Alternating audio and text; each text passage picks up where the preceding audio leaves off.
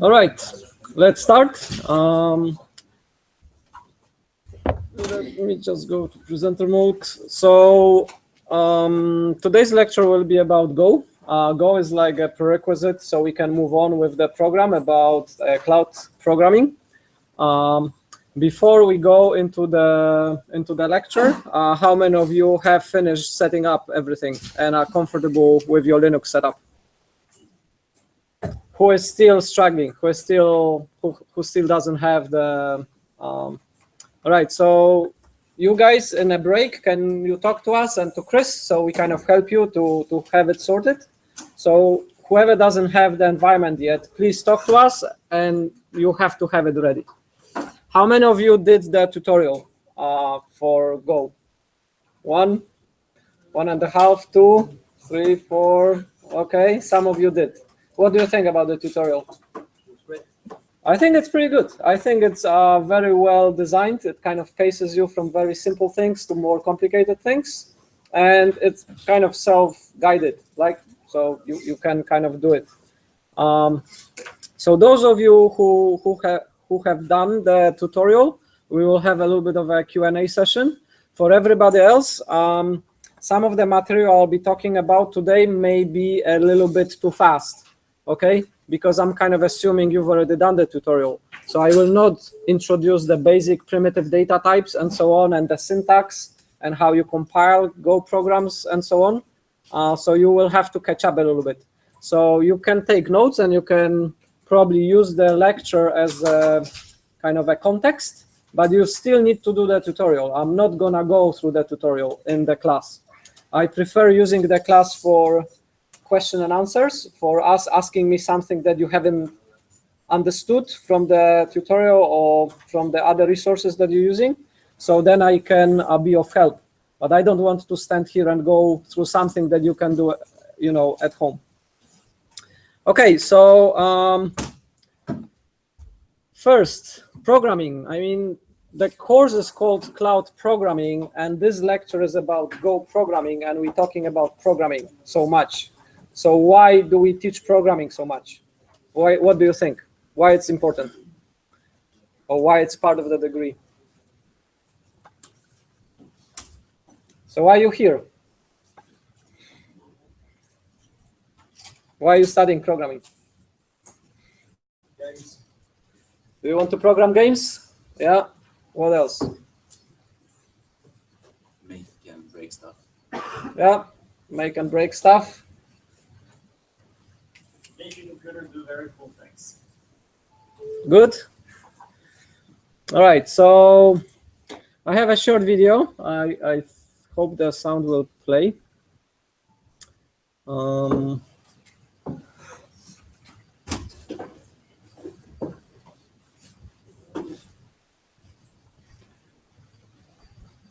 Right, so before the video loads,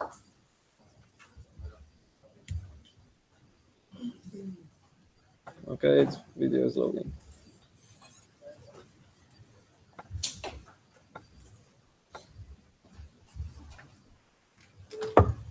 Sound is not working.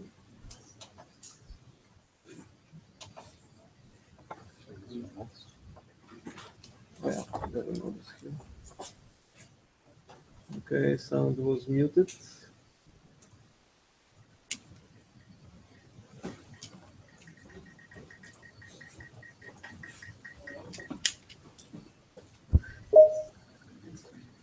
Look at the economy or religion or government or corporations. I am filled with the overwhelming sense that we are attempting to operate our society on obsolete code, on software. And I don't just mean our computer software, I mean our social software, on software that are basically legacy systems to legacies we don't even remember, and that they're completely inappropriate to what it is we want to get done.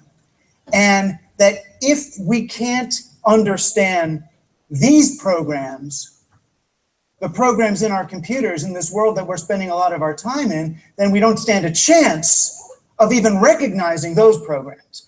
These programs are built on top of the old software. This helps that old software work. This is built on top of the economy. It's built on top of central banking. It's built on top of our current government structures. And if we can't see through this, then we'll never see that. I wanted to figure out how much of this is the bias of the medium. In other words, that we're in a binary medium, a plus minus discrete, you always have to make a choice medium versus an analog reality that has many colors and different things. How much is it the bias of the medium, and how much is it the biases of the people who programmed this media for us, who programmed our technology for us? And how do we even know which is which? How can we even tell them apart? And what I believe is that we won't know until we understand how our technologies work and how our technologies work on us. I do believe that if you are not a programmer, you are one of the programmed. It's that simple.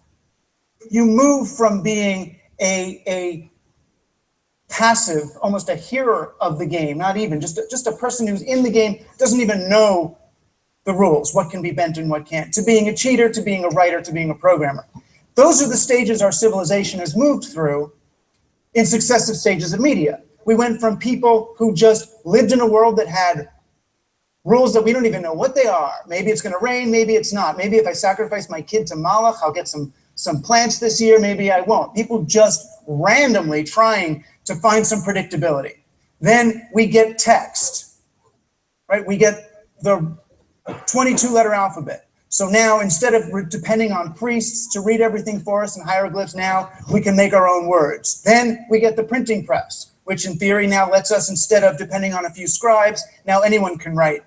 And then we get the computer, which of course now makes anyone can program reality. Now that's not what actually happened though. We got text, we got a 22-letter alphabet, and what kind of society resulted from that? A bunch of Israelites who go to the town square and hear the rabbi read the Torah to them. So we get the ability to read, or the technology of reading, and what ability do we get? The ability of the generation before. We get the printing press. Does everyone become a writer? No. We get a civilization of readers and an elite of writers. And now we get the computer. Do we get a nation of programmers? No, we get a nation of bloggers. Right now we've got the great ability to write, but we don't know how to program. We write in the box that Google gives us.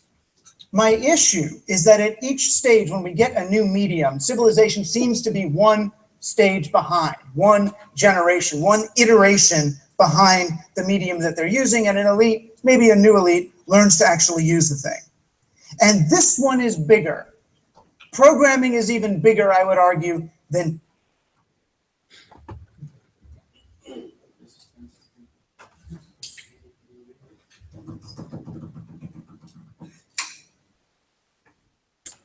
Wi-Fi.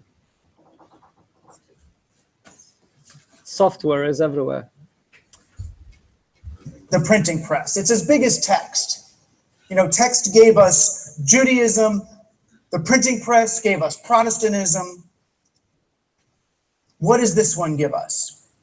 I think it's important, maybe less for the people in this room than for the people who aren't in this room or don't even know about this room, to be able to contend with the biases of digital media, to know that there's such things as biases, to be able to make conscious choices about what they use and what they don't.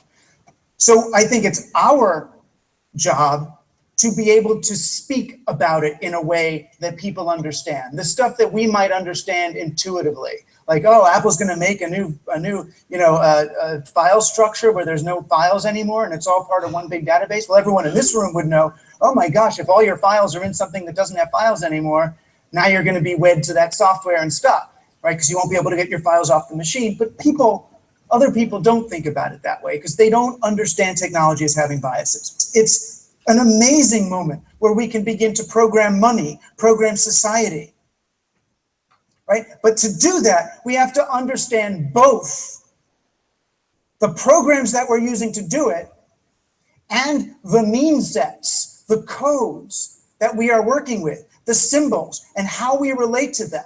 If we don't create a society that at least knows there's a thing called programming, then we will end up being not the programmers, but the users, and worse, the used.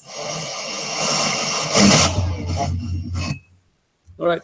So what point he was making?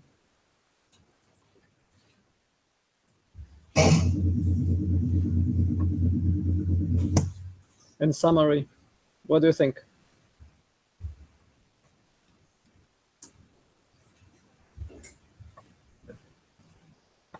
Yeah. That if you're unable to master the newest technology, then you might become a slave to it. So in a sense, also he was talking about understanding. Like people use Facebook, but they don't know how Facebook works. Whereas you can understand how it works, how it is actually programmed, and how it is programming the users, why the timelines are programmed that way, what is the AI doing to your timeline. You understand the algorithms, and there are people building those algorithms, right? So there are people who are programming the certain behaviors of others, right? So it's like a couple of billion people using something that, 2,000 programmers created, and they are kind of subjected to it without even understanding of how it works, right? Where else is the word programming used? It's used in TV, right? What does it mean in TV and in media production, the term programming? Do you know? Shifting time slots around. Yeah, also, but what it means in the context of viewers and viewership and people. Yeah. What shows they get to see? Yep. It also means the way the viewership is actually shaped, how people are watching TV, and which slots should be given to advertisers, and what the advertisers needs to do. So programming is about like shaping the viewership. It's about programming people to do what the media companies want them to be doing. So when they want them to be glued in front of the TVs, and for how long, and what is the kind of the cycle of viewership. So the programming is about control of people in a sense. Of course, they don't do it, directly. They do it very indirectly by designing the program certain way, and that's what's called programming. So here he talks about like actual programming of the computer software, which is everywhere, which is shaping a lot of social applications and aspects, and people use it without even understanding of what it means, what certain changes mean, right? So some of the privacy policies, for example, discussed in a way which we as programmers understand much deeper of what it means, that certain things are kind of by default certain way, right? So here it's kind of a bigger picture that, of course, we do programming for various reasons. So I did a bit of soul searching, why I love programming, because I feel like an artist, I'm creating something, and I feel like an engineer, I'm building something. Those two kind of feelings are great to have, and I love that. And you might be doing programming for other reasons, but programming is also part of the modern way of living. Like you are subjected to software in ways that has been unprecedented.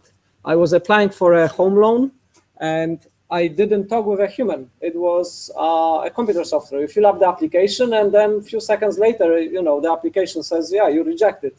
And that's it. You apply in a few months again, right? There was no human interaction. I didn't need to explain to any human why, I'm a good candidate for a home loan. It was just pure software, right? You're doing some of the, let's say, Bitcoin transactions. There are no humans involved in a sense that it's kind of autonomous. So programming kind of goes beyond what any other previous technology touched, and it's super important. So I'm kind of passionate about programming and programming languages and so on. So how do you learn programming? What do you think you have to do to learn programming? Yeah? Sit down and watch the tutorial and then try to do the same thing. Yeah, good. We can do that. So, let's do watch tutorials. What else? Read documentation. It's actually here. So the cheat sheet is here, right? So read the docs. I deal with that. Talk to others, go for conferences. You have to learn programming by programming. You actually have to do it, right? You cannot learn programming by not programming. Just by watching tutorials, reading documentation, talking to people, you will not learn programming, right? It's like riding a bicycle. You can watch videos about people riding bicycles. You can talk with people who ride bicycles and so on. But if you don't know how to ride a bike, none of that will help you. You actually have to sit and fail and fail and fail until you can ride a bike. Yeah, you wanted to say something? Yeah, also it helps if you have a destination for your bike ride. Yeah. So you forget that you actually ride the bike. Yeah. And then you do something else. That's true. So that's why we encourage you to have pet projects, right? So don't learn Go for the sake of learning Go. Set yourself a small project and just try to solve it using Go. And by solving the project, you will learn Go, right? So that's a very good point. All right. So what's Go? Go is a programming language, relatively young. It has been designed as a system level or server-side programming language. What does it mean? What sort of programming languages do you know? Yeah? C++. Yeah, so C++. What's that language good for? Fast client-side computing. Client-side computing? Like in a browser? No. Is it easy to make graphical applications in it? Like with GUI? Not really. So what's C++ good for? Computation. It's very fast, right? So computing is very good. Yeah? Fast computations at runtime. Yes, very fast runtime, no overheads. One of the fastest high-level languages there are, right? Good for games because games need speed. Okay, you have to do certain things, 60 frames per second. So you need speed, right? Yeah? System programming? System programming, operating systems. Some of them are written in C++. Yeah. Big programs, like big systems. Yeah, big systems. What's the problem with writing big systems with C++? What are the disadvantages of C++? Have you seen a big program written by many people in C++? Windows. Yeah, Windows, for example. What's kind of, if I say Windows, what's the second word coming into mind immediately? Microsoft. Yeah? And what else? Bugs, maybe? Is it easy to make a kind of a reliable, large piece of software in C++ that it's secure and bugs-free? Kind of hard. Is it easier than any other language? Yeah, so in other languages, it's a little bit easier to maintain certain properties, right? Why?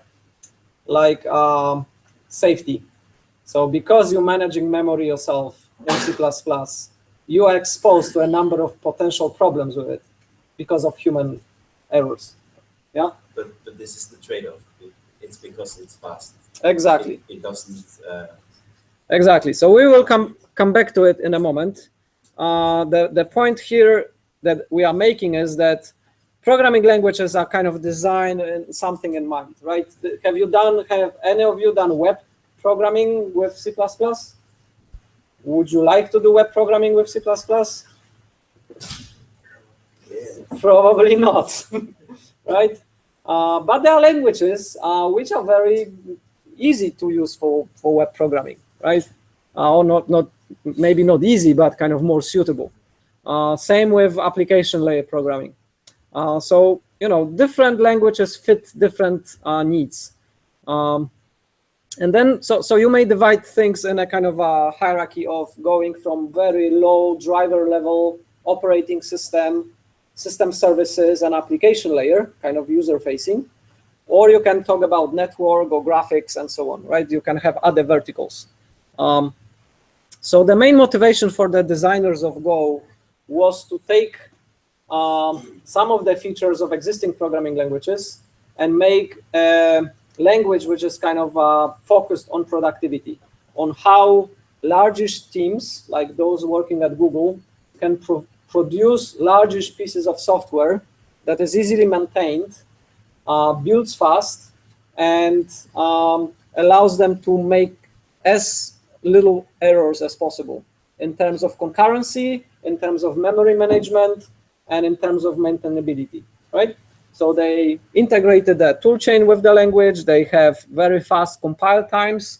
Some of you are already doing or will do next year a game programming project, and you may have hundreds of C++ files, and how long it takes to rebuild your project, especially if you have to rebuild your box2D libraries and so on and so forth.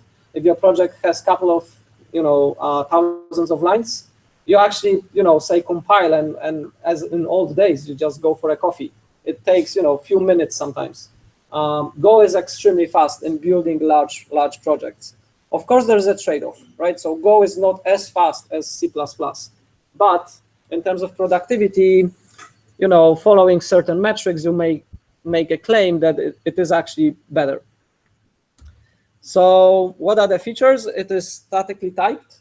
What does it mean? What are statically typed languages and what are dynamically typed? Is C++ statically typed? What does it mean? Anybody knows? Yeah? The type of a variable is known as compile. Perfect. So statically typed languages, the type of the variable is known at compile time. So the compiler can provide some feedback to the programmer in case the programmer is making some mistakes. That's the advantage. The disadvantage is, what's the disadvantage of having a statically typed language? Like C++, for example. And what C++ 17 is helping the programmers to do.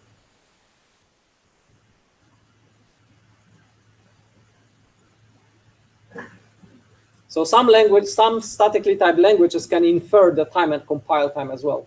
So you don't have to declare it all the time yourself. It is known at compile time, but it's not explicitly defined by the programmer, right? So with auto in C++ 17 and onwards, you can use the compile runtime to infer the type of the variables based on the rest of the expressions without you needing to type all those types. What dynamically typed languages do you know? JavaScript. What else?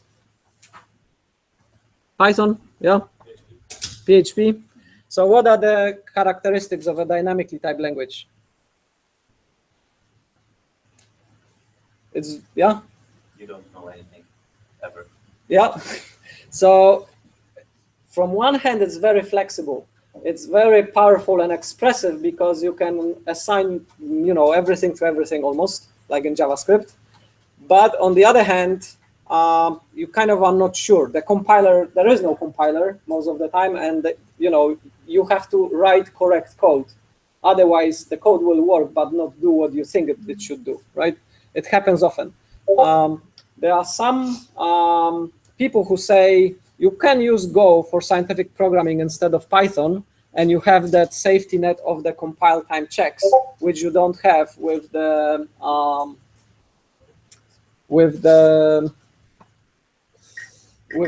dynamic types of Python, right? So you can benefit from the compiler helping you to make correct code. I don't know. I was passing to Chris some of the materials to check of what people think. You still haven't answered why dynamic typing would be an alternative, a useful alternative. Apart from flexibility.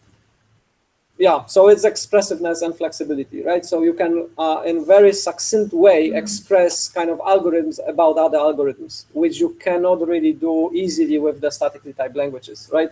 So in Python, for example, I can express some of the things which kind of take anything and do certain, transformations of it. With statically typed languages, you have to plan of what is being passed, and you have to declare it and define things more verbosely. Whereas, yeah, you have templating in C++, but it kind of leads to other problems, right? So templating is kind of a way to help with this kind of meta-programming paradigm, but it is, because it's kind of dynamically typed, it has all those side effects, which the dynamic type languages have also, right? Yeah. Yeah, and also it gives you speed in terms of programming speed. You Exactly, can work productivity. much faster, Yeah, that's right. So That's right. you lose performance, but you gain performance In terms of productivity. Yeah. As in dynamically typed languages. Yeah. So In- my argument is, what is Yeah. small projects. exactly? What about if you reuse code? What about that? If you get a dynamically typed language code and you need to work on it, is it easier or harder? It gets much harder when the program gets bigger. Grows, So exactly. it's sort of a curve. Yes. It's a threshold. That's Sweet right. spot. Yeah. Definitely. So for small things, small scripts, and so on, dynamically typed language is definitely a win in terms of your productivity. For larger projects, not really. Okay, what's garbage collection? Yeah. It's when programs, model programs manage all your objects and stuff and make sure that they are properly constructed. Exactly. So in C++, you have to allocate memory for all your data structures, and you have to remember to deallocate them when you don't need them anymore, right? Fine. I mean, it sounds simple enough, but it ends up usually having problems in releasing the memory. If I forget to release something that I'm not using anymore, what will I get? What's that? Memory leak, right? If I release something prematurely before I should release it, what will I get? Yeah? Most likely a seg fault. Segmentation fault. Have you seen both? Have your program leaked memory? Yeah? Yes. Yes? Have your program seg faulted? Yes. Okay. Right? How often does it happen? Every single freaking time I'm programming in C++, it happens, right? I mean, okay, if I'm doing hello world, it's fine. But every time I'm doing something a little bit more complex than that, it happens every single time, right? Then what do you do? If that happens, what do you have to do?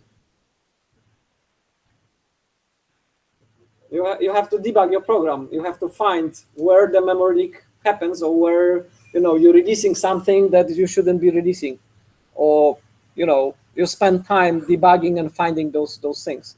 So what is garbage collection? Garbage collection is a runtime system, subsystem, which marks all your objects and marks all your data structures, and it counts the references to those data structures. And every time the reference gets to 0, it is marked as dirty, and it can be disposed. And the disposal of the memory happens automatically, right? Sounds great, right? No more segmentation faults and no more memory leaks ever. What's the trade-off? It takes time to clean memory also, right? I mean, when you're releasing memory, you also need to spend some time releasing the memory. So what's the problem with garbage collection? Yeah. You don't know exactly when it's going to happen. Exactly. That's the problem, right? So the garbage collectors these days are kind of, in terms of performance, they kind of not too bad. Of course, they are slightly slower than the manually handled ones, but the biggest benefit is not the time. The biggest benefit of doing it yourself is that you know the timing. You know exactly when you want to spend that time of CPU of releasing the memory. which is crucial, for example, when you're doing games, right? So for many games, I mean, there are games, of course, which are like turn-based or something that you can easily spend cycles cleaning memory. But for many games where the frame rate is the key issue, releasing memory and managing memory yourself is not about the time it takes, it's about the timing, when you're gonna do that. Yeah? Don't modern garbage collectors have like a smart system to check when it's the appropriate time? They do, yeah. So they're getting better. For an average programmer, the benefits of doing it manually are really outshadowed by the automated memory management systems. All right, so the next one is functional. What was the feel when you were doing C++? You've done 2 semesters, right? So you've done the basic data structures and the OO in C++. Is that correct? Right. So when you're designing any application in C++, what is the kind of abstractions that you're thinking? Classes and objects, right? You're kind of designing your abstractions around those object-oriented paradigms. You can write functions as well in C++. There is no stopping you writing just functions and using kind of functional programming. But it's a little bit tedious. So the syntax is a little bit tedious. And I have an example. I have the example later on where I ask you to write a function which generates another function. So I have a function which generates a function, and the second function takes 2 parameters, a and b, and writes a sum of those 2, right? How easy is to do that in C++? Yeah, it's relatively easy, but you know, the syntax is a little bit convoluted. So when you're reading that, especially in an anonymous fashion, when you want to do it anonymously, it's a little bit really difficult to follow, to read. You can do it, you know, when you are a programmer, you can do it, but when you read it, when you see it, somebody else did it, it's like, okay, you have to stop and think and analyze exactly, you know, what is happening with the pointers to functions and return types and so on, right? In Go, if you do that, it reads like a sentence. It's really easy to do, right? So there is an exercise later on where you're kind of doing it in C++ and in Go and comparing how it feels once you've done it. Expressiveness-wise, it's kind of similar, but reading-wise, Go wins by far. Okay, yeah, yes? I just wanted to mention that we haven't had the function pointers yet. So, oh, you didn't have function pointers. Damn it. Okay, so we will think of a simpler exercise then. Okay, you haven't done any concurrency with C++ neither, right? You haven't had threads. So you will have those later, maybe next semester in graphics, but in C++. But it's much easier in Go. You just have to trust me for now. And then if I want to declare a set of operations on a data structure in C++, what would I do? What would I use? Yeah? Methods, but how would I group them? I would have to make a class, and I would have to inherit one class from another to kind of make sure that the type matches, right? In Go and in Java and in some other languages, you have kind of like Objective-C as well. You have that kind of notion of a protocol, which is a set of predefined methods, which kind of themselves form a type. And then I can pass it around, right? Without the need for creating a class type. Well, what's the difference? Well, there is not much of a difference, but it's kind of a subtle easiness of creating those types. And in Go, in particular, you don't have to inherit the inference of what particular structure and method conforms to is inferred during compile time. So I don't have to say my particular data structure, you know, implements particular interface. It just happens automatically. So it feels like a dynamic language because of that property. So if I properly set things up, I can pass them around as if I was doing Python, and it will feel natural, because I don't have to explicitly say that something implements something else. How many of you know Python, by the way? We all have that fixed in the math. In the math, yeah. So we all know, should know a bit of it, but we're not present. Okay. I don't think all there are only programs. Yeah. A bunch of people chose to just do C++.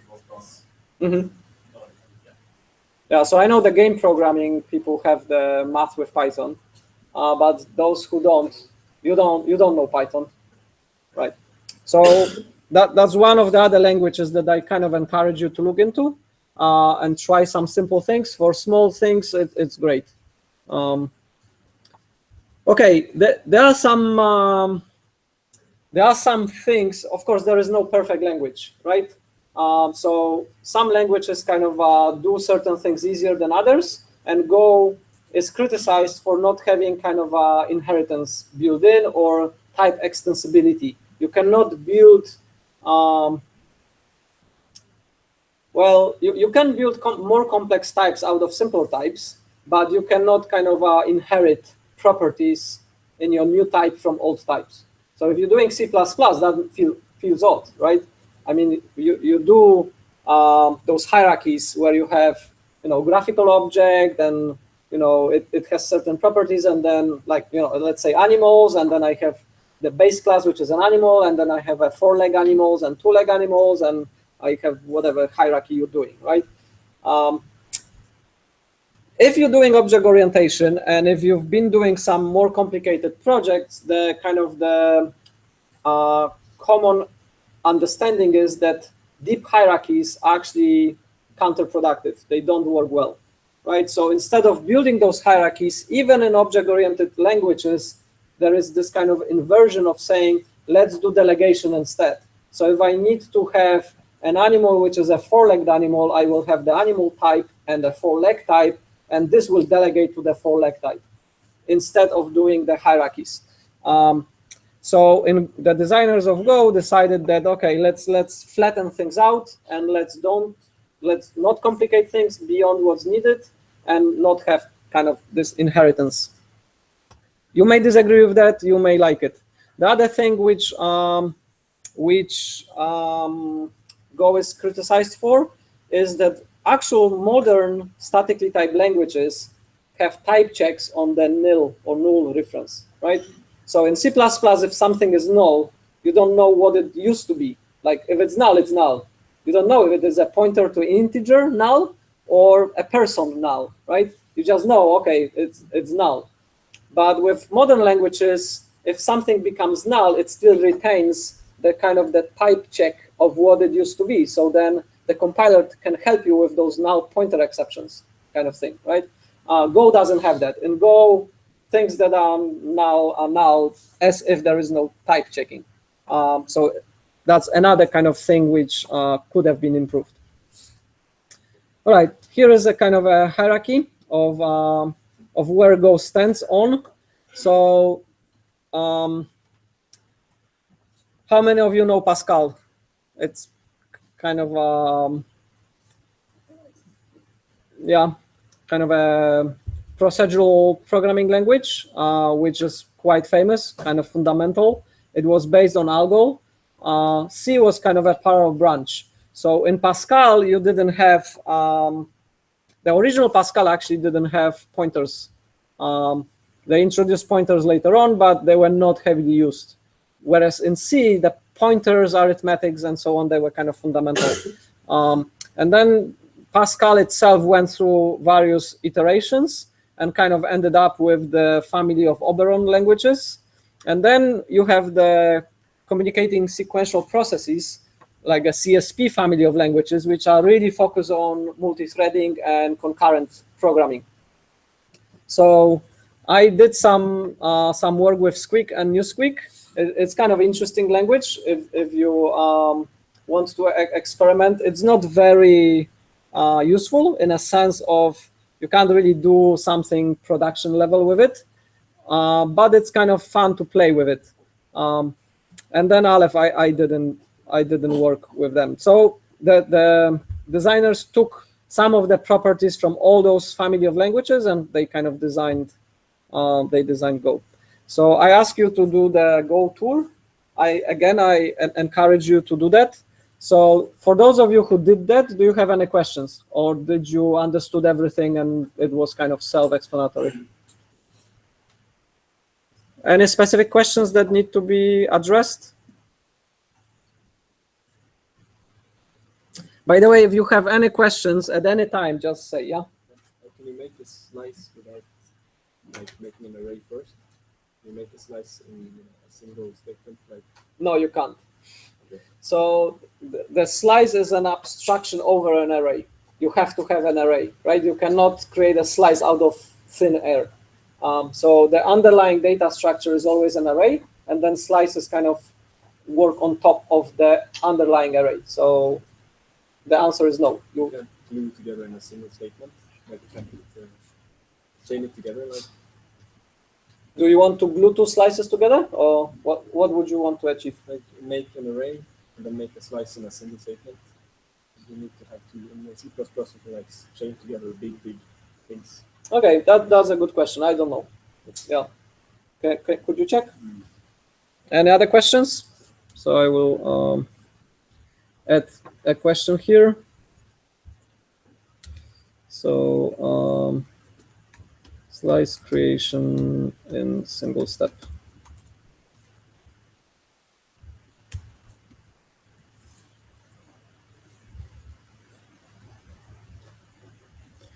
Okay, so let's move on.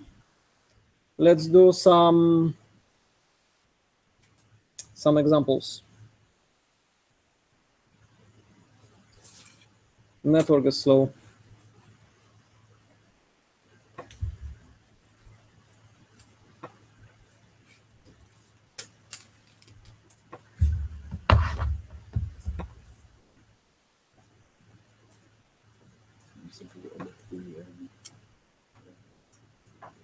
Yeah. Yeah, so you can create a slice in a single statement if you prefix the creation of the array with the 2 square brackets to create a slice out of it. So you can kind of make an array and immediately get a slice out of the created array. All right. So far, based on what we discussed, why do we want you to learn Go?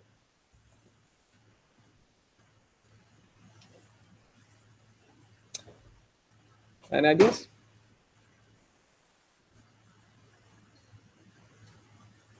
All right, let's yeah. Super hard language. I mean, if you want to earn decent money right now, Go is the way to go. If you're interested in server-side programming. Yeah. Yeah, so what they say, because it's server-side program.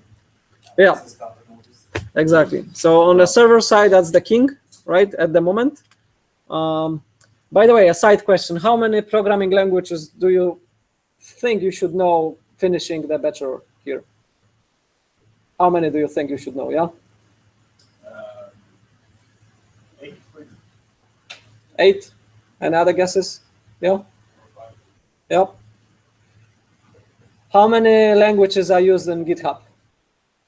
How many different programming languages are used on GitHub?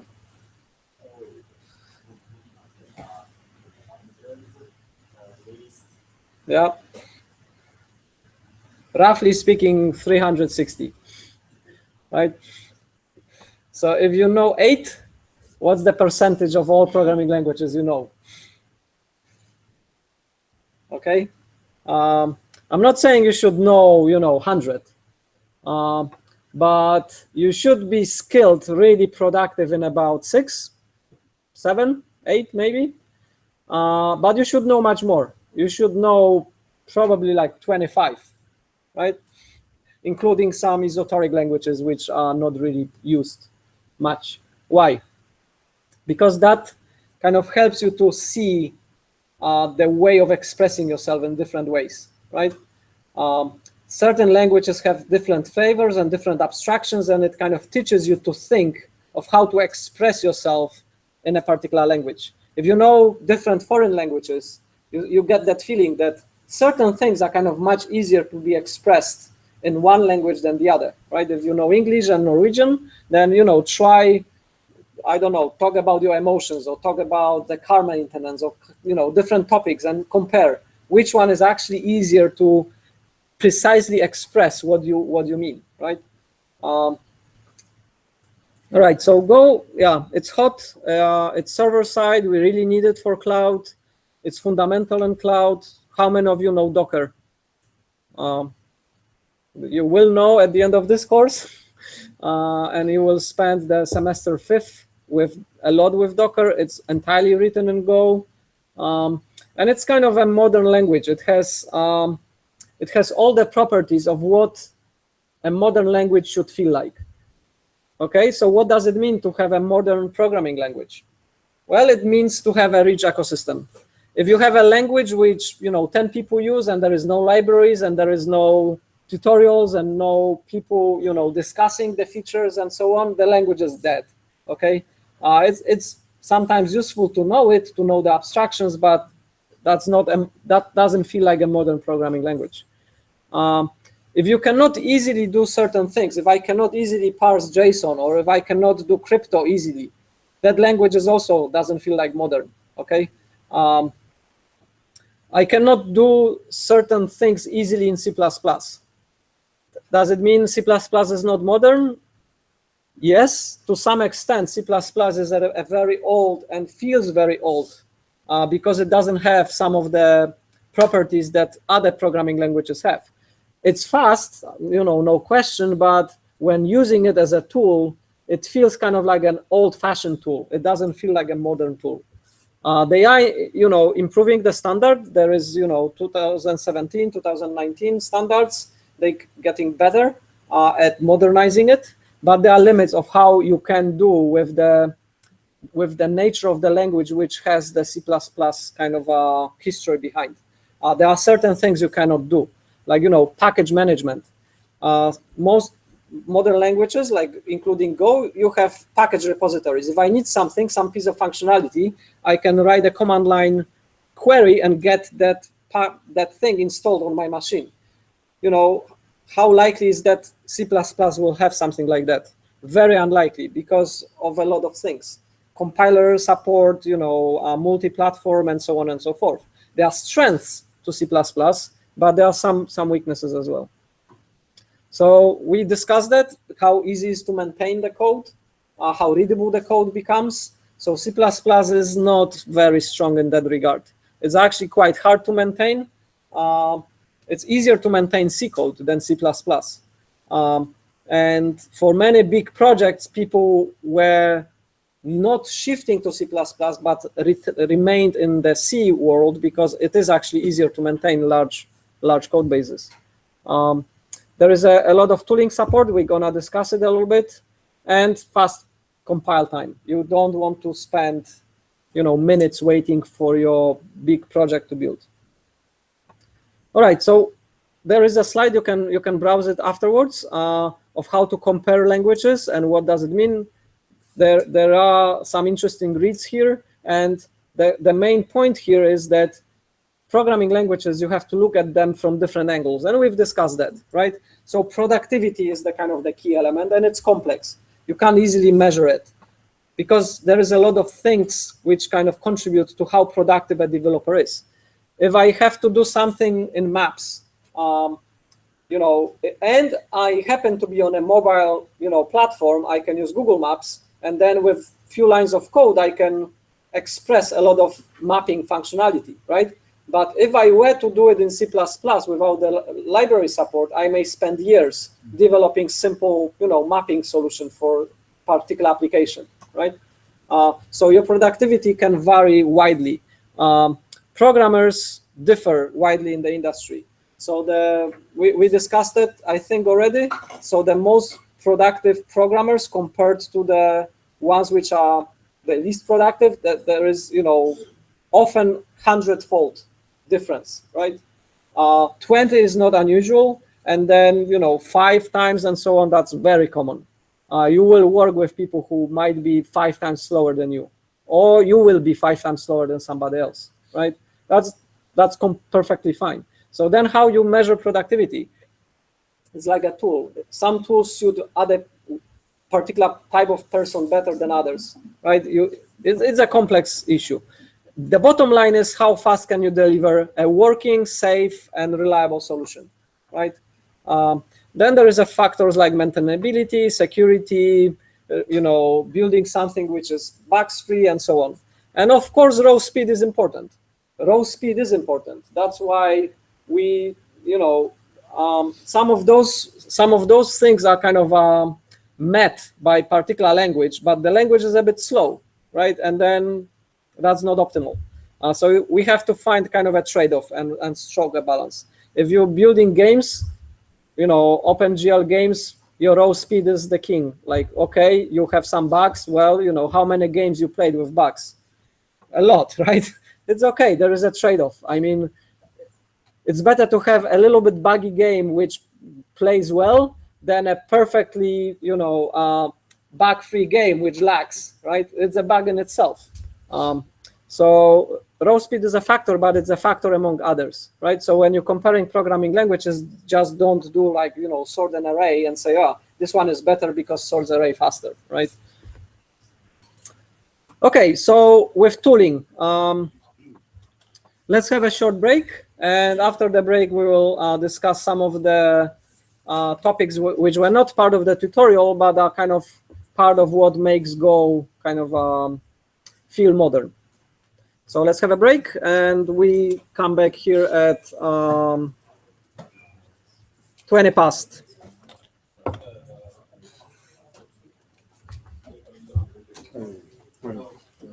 Yes, I just stopped this.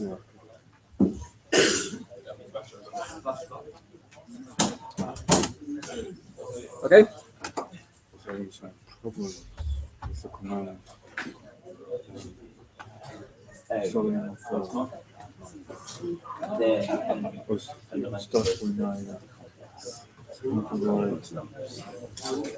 Yeah, so you have to, did you try this? You remove Go? You don't have Go installed? No.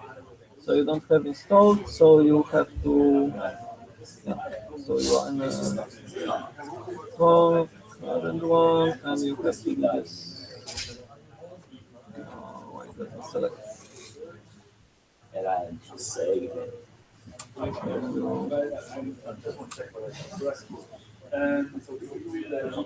Okay, it doesn't work.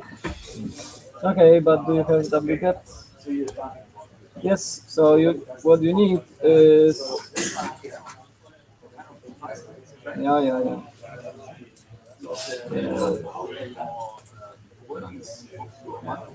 So if you go, why the copy?